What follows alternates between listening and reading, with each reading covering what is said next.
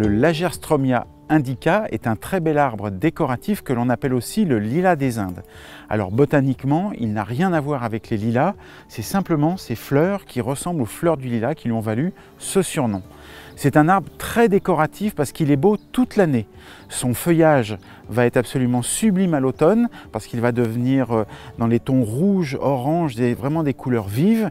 Et puis son écorce aussi est extrêmement belle quand l'arbre est déjà relativement développé. Vous avez ce tronc qui desquame avec des reflets métalliques et beige, absolument magnifique. Où planter un lilas des Indes? Quand est-ce qu'il fleurit et comment le faire fleurir? Découvrons ensemble cet arbre qui peut être cultivé en massif, en alignement, en pot ou en isolé. Ces fleurs peuvent être mauves, rose foncé, rose pâle, blanche, voire rouge. C'est un arbre qui fleurit sur les pousses de l'année, c'est-à-dire sur les jeunes pousses qui sont apparues au printemps, après la taille.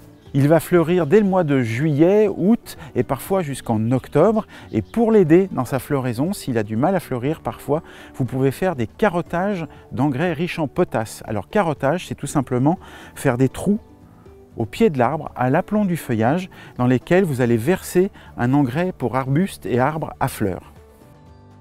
C'est un arbre qui a besoin de beaucoup de soleil et qui aime la chaleur. C'est ça qui va lui permettre de bien fleurir. Par contre, il faudra le placer à l'abri du vent, que ce soit au jardin, sur le balcon ou sur la terrasse.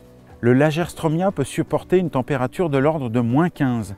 Donc en fonction des variétés, il pourra pousser un petit peu partout en France. Il faudra néanmoins le protéger les premières années.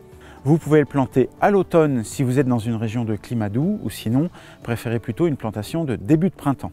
Il a besoin d'un sol frais, bien drainé, mais pas trop calcaire.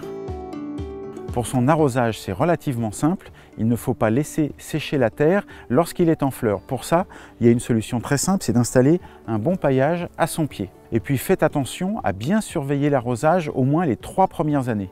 La taille du Lagerstromia se pratique en fin d'hiver, au mois de mars en général.